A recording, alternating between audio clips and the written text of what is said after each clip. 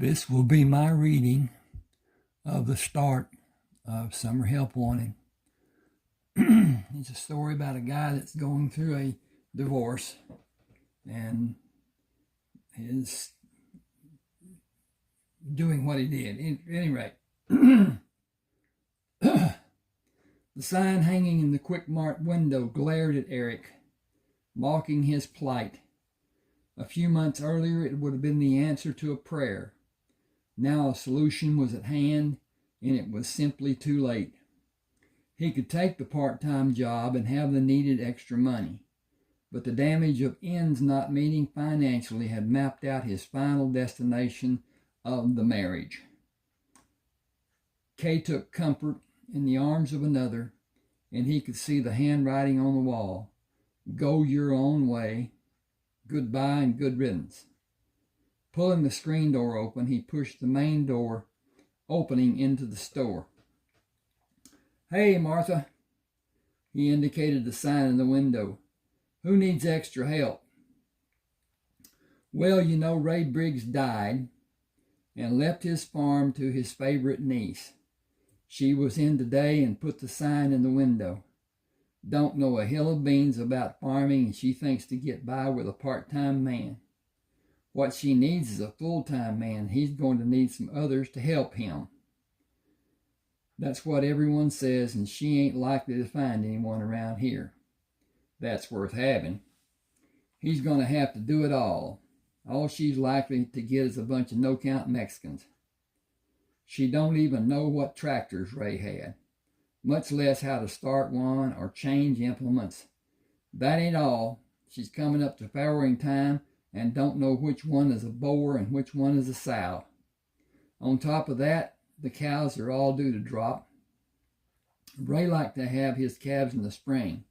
Said they did better with a good start and good weather, rather than the cold of winter.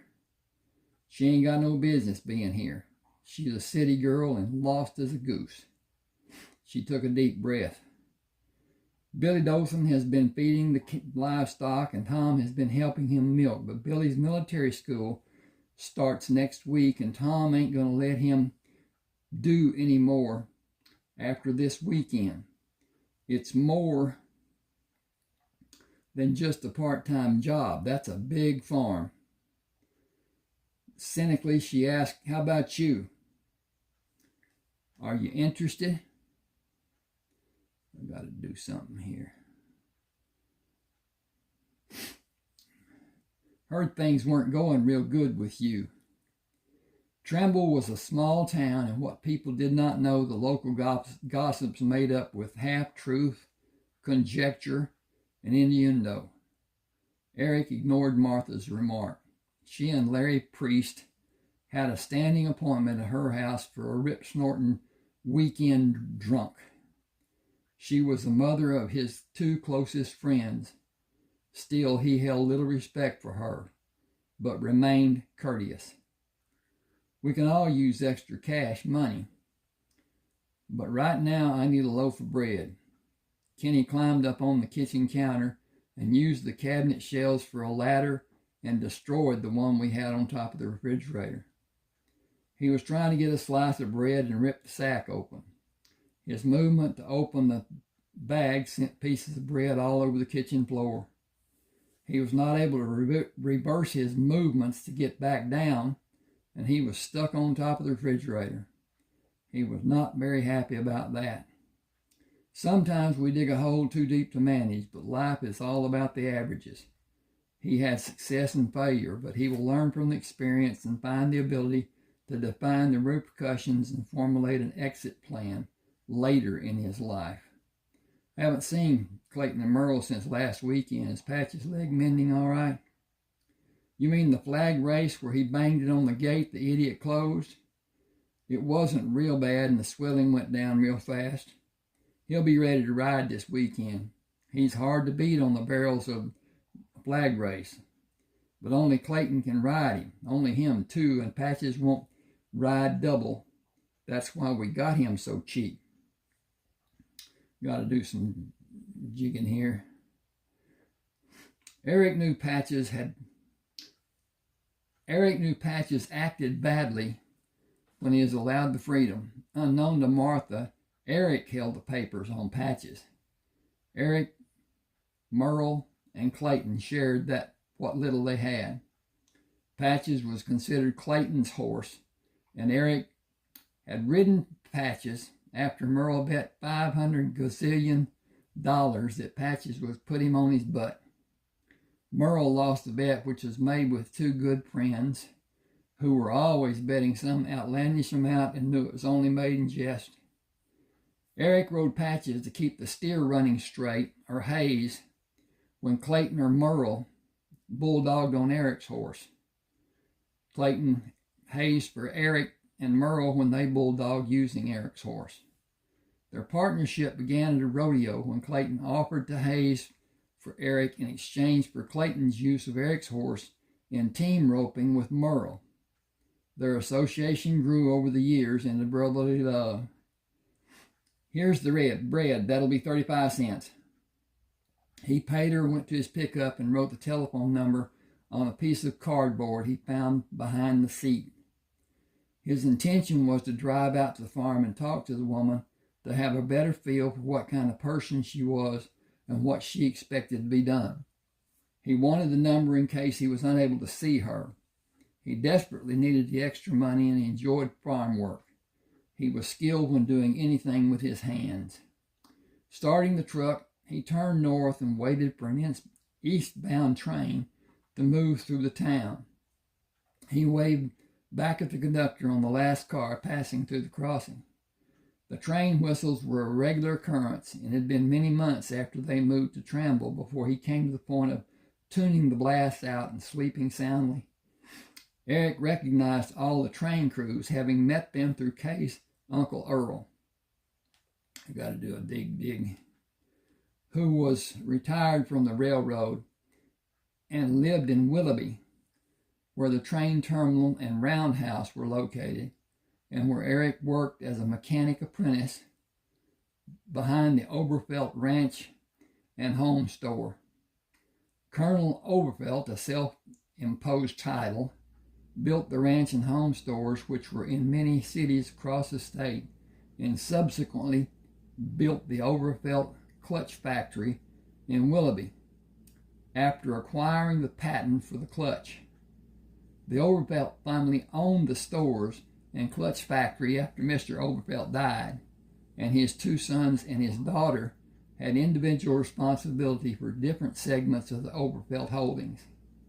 The shop Eric worked in was the rear of the ranch and home store, but was independent of the store. Eric's wage was $2.10 an hour, and no raise was forthcoming. He drew so little, the company's only deduction was Social Security. He had veteran benefits from his service in the Navy and did not participate in the health coverage plan. Kay had insurance for herself and the two boys through her employment at the finance company. She had excluded Eric without discussion. It was only a single act of the many unforgotten slights which were leading to the final episode in the fiasco of their marriage. Kay met him as he opened the front door, grasped the tied end of the bread sack in her hand, jerked it from his hand, and turned away from him without speaking. Silently he turned and slowly walked back to the truck. His life was in shambles, and gotta do this again. Hang with me here. Give me just a second. Gotta flip this down. Okay. His life was in shambles, and the end of his marriage would be the catalyst to bring complete destruction to the life that had been. He held no illusion that he could financially survive the impending divorce. In a previous time, a man without substance could have children, be divorced, and continue to have somewhat reasonable life. The sympathies of the modern courts usually favored a woman. With children involved, the man was usually financially ruined. She was often granted everything, and in some cases, even more than everything. He had friends who were divorced, and the judgment of the court gave the wife more consideration than the wage the divorced husband earned. Some took out loans they were unable to repay, leading to bankruptcy and further court costs, which they became farther behind in payments to the ex-wife. Eric felt the result of the divorce would be a financial loss he could never overcome. Kay and Eric had very little. It was mortgaged to the fullest allowed. Everything he had would be lost in a divorce. Jointly held possessions was the only glue holding them together. He knew they had to make the best of a bad situation and find a way to have closure from the sadness of the untenable marriage. Starting the truck, he watched as Kay opened the curtains of the window to look outside. She quickly closed them when he waved. Deep sadness had torn at him for a period that seemed to existed throughout his recollection. Tears had never been shed, and he felt a release would never happen. His marriage had died, but there was no body to lay in the ground and cover. There was no finality, no ending. Kay would have a divorce and take the children. Her part would be played out, finished without caring. He would become a stranger to the boys. He lost all purpose in his life. Now his only function was to make money and support those people who would soon leave him and begin a life that excluded him. A glimmer of hope came with a chance of the part-time work to offset the mountain of financial obligations. He moved the truck down the gravel street, then turned east to the highway and the blacktop road leading out to the farm. After the relative comfort of the asphalt, the dirt road leading up to the house was a jostling ride. Okay. All right. I got time to read this on till he meets her. She stood on the porch in the dim light of evening when he walked around the corner of the house. Nice night for a ride. I am so sorry the lane was so bumpy. The milk trucks are making it worse every day. They make a terrible racket coming and going. There is a blade. I jumped that dude. Hang just with me a second. Okay. There's a blade that can be pulled to smooth it out, but I have no expertise with machinery. Hi, I'm Cheryl. She extended her hand as he made his way up the 5 steps to the porch, pulling him gently toward her when he took the final step. Got a junky day this up again. If I can find how to do that. Here we go, right down here. Bing, bing, bing, bing, bing. I hope you're bringing good news, as all else has been one bad load after another since I got here. She swung him around to bring him into the light when they began moving toward the open door. As she moved, light from the front room fell across the face of one of the most beautiful women Eric had ever seen. Blonde hair was exquisitely drawn into a bun that covered the back of her head. Eyes as blue as the pale afternoon sky, with only a shadow of cosmetic highlighting were their companion lashes. He thought her nose was the most distinguishing feature of his face. It turned up slightly, and her nostrils gently flared, then rounded perfectly. Her jaw was oddly shaped and square, but the oddity only enhanced her beauty. Full lipped smile showing perfect teeth. Did I say something wrong? You look so shocked. Sorry, I expected a different kind of person than you to be here. Different in what way? He stammered, well, more dressed up, more cityfied. Cityfied seems to be an expression people around here use very often. People are not often seen around here that cityfied would describe. I imagine Martha at the store would have been the first you heard it from. He realized he was still holding her hand and was not inclined to relinquish the comfort of its strength and softness. She did not withdraw. You came to offer your help, and I accept. I want to keep the farm at least a year.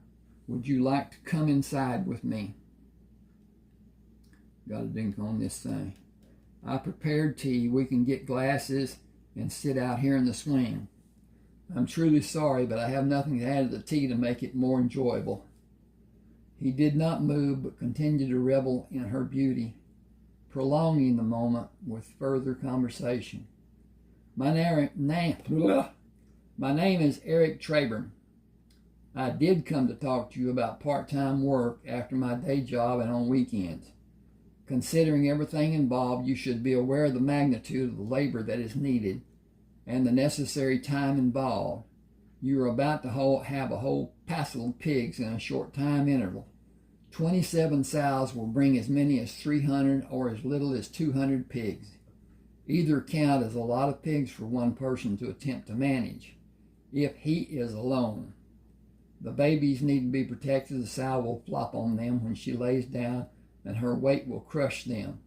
Whole litters have been lost without crates being used.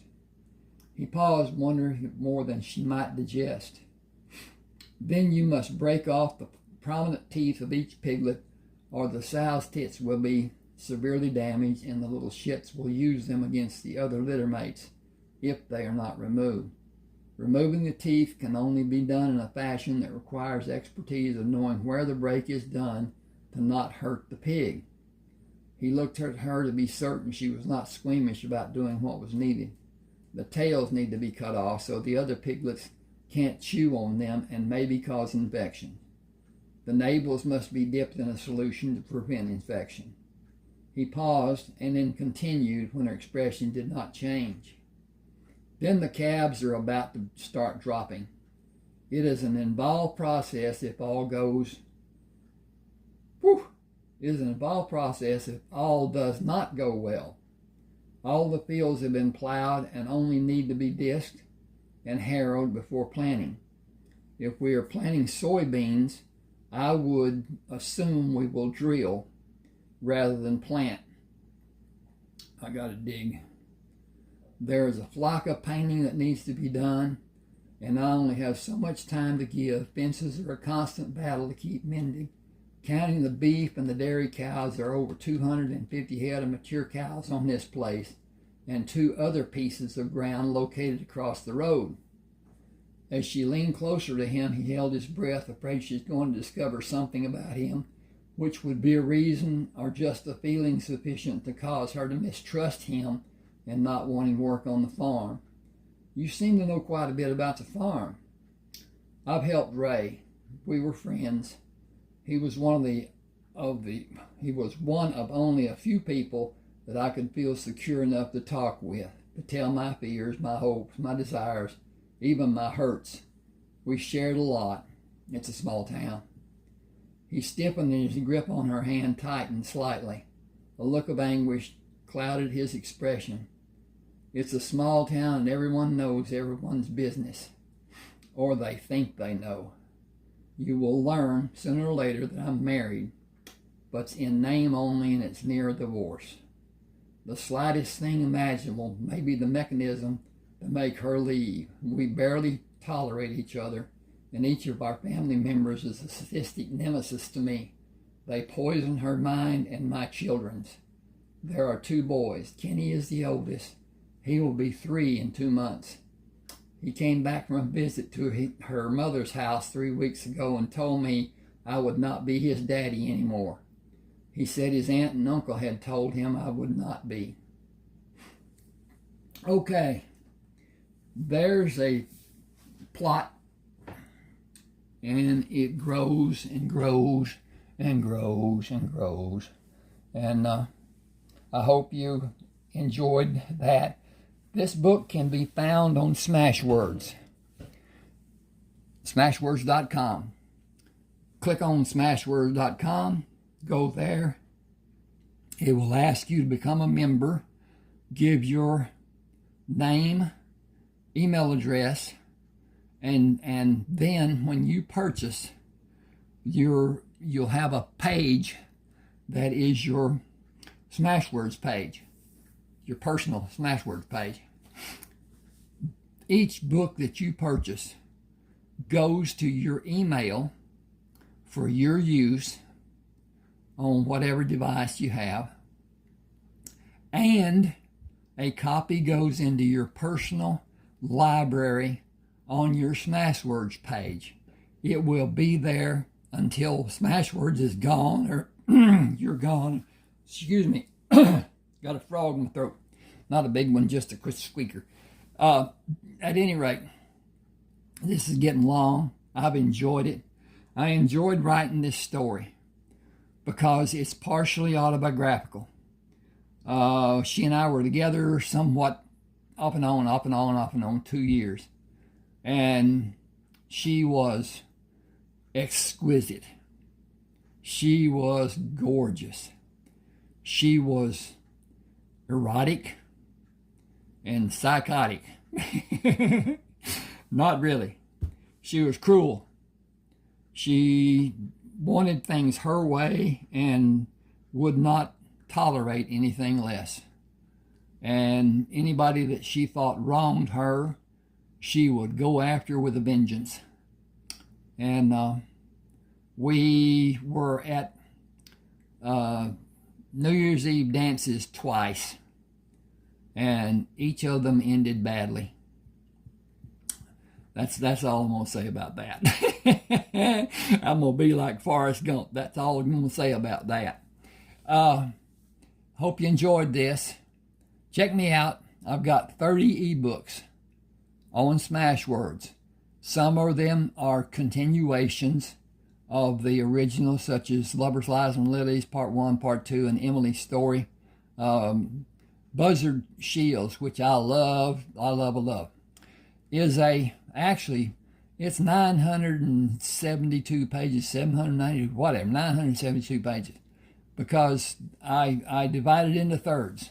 Buzzard Shields South, Buzzard Shields America, then Buzzard Shields North. He grew up in Lubbock, Texas, or grew to somewhat of maturity in Lubbock, Texas. His dad died, and he joined the Army at a young age, which he lied about, and became supervisor of a group of men, mostly were in his company when he joined, and they were building new barracks at an Army base, and pollen, and this stuff is just killing me.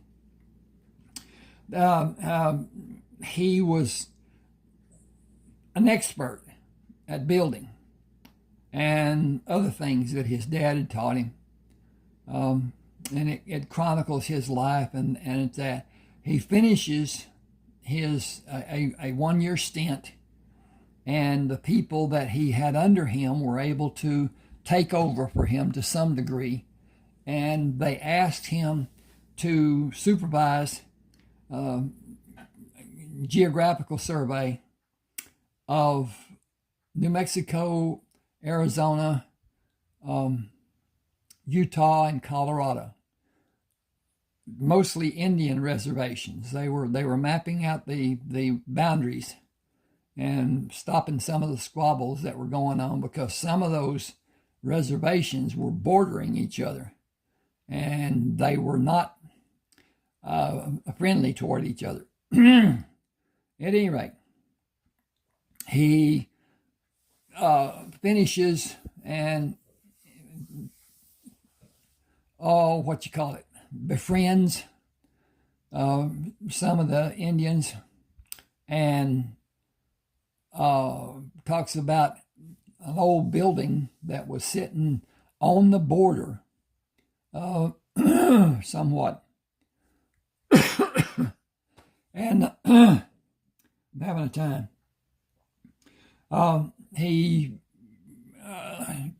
goes up to San Francisco, just outside of San Francisco, on the San Jacinto River, and goes to work as a supervisor in a shipyard that is going under.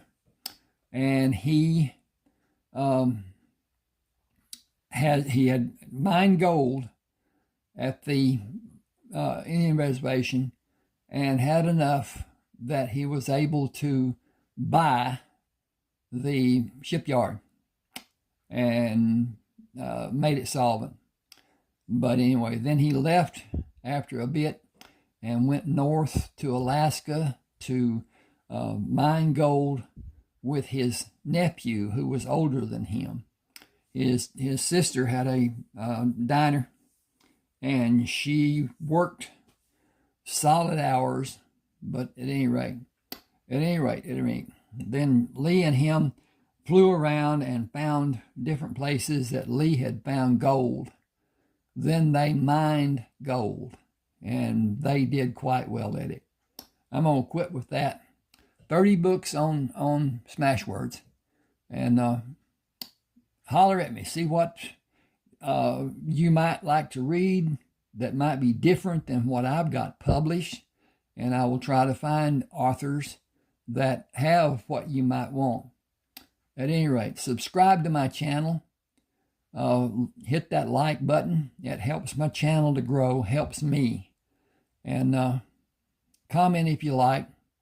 Would appreciate it, because YouTube really likes those three things: subscriptions, comments, and likes. Thank you for your time.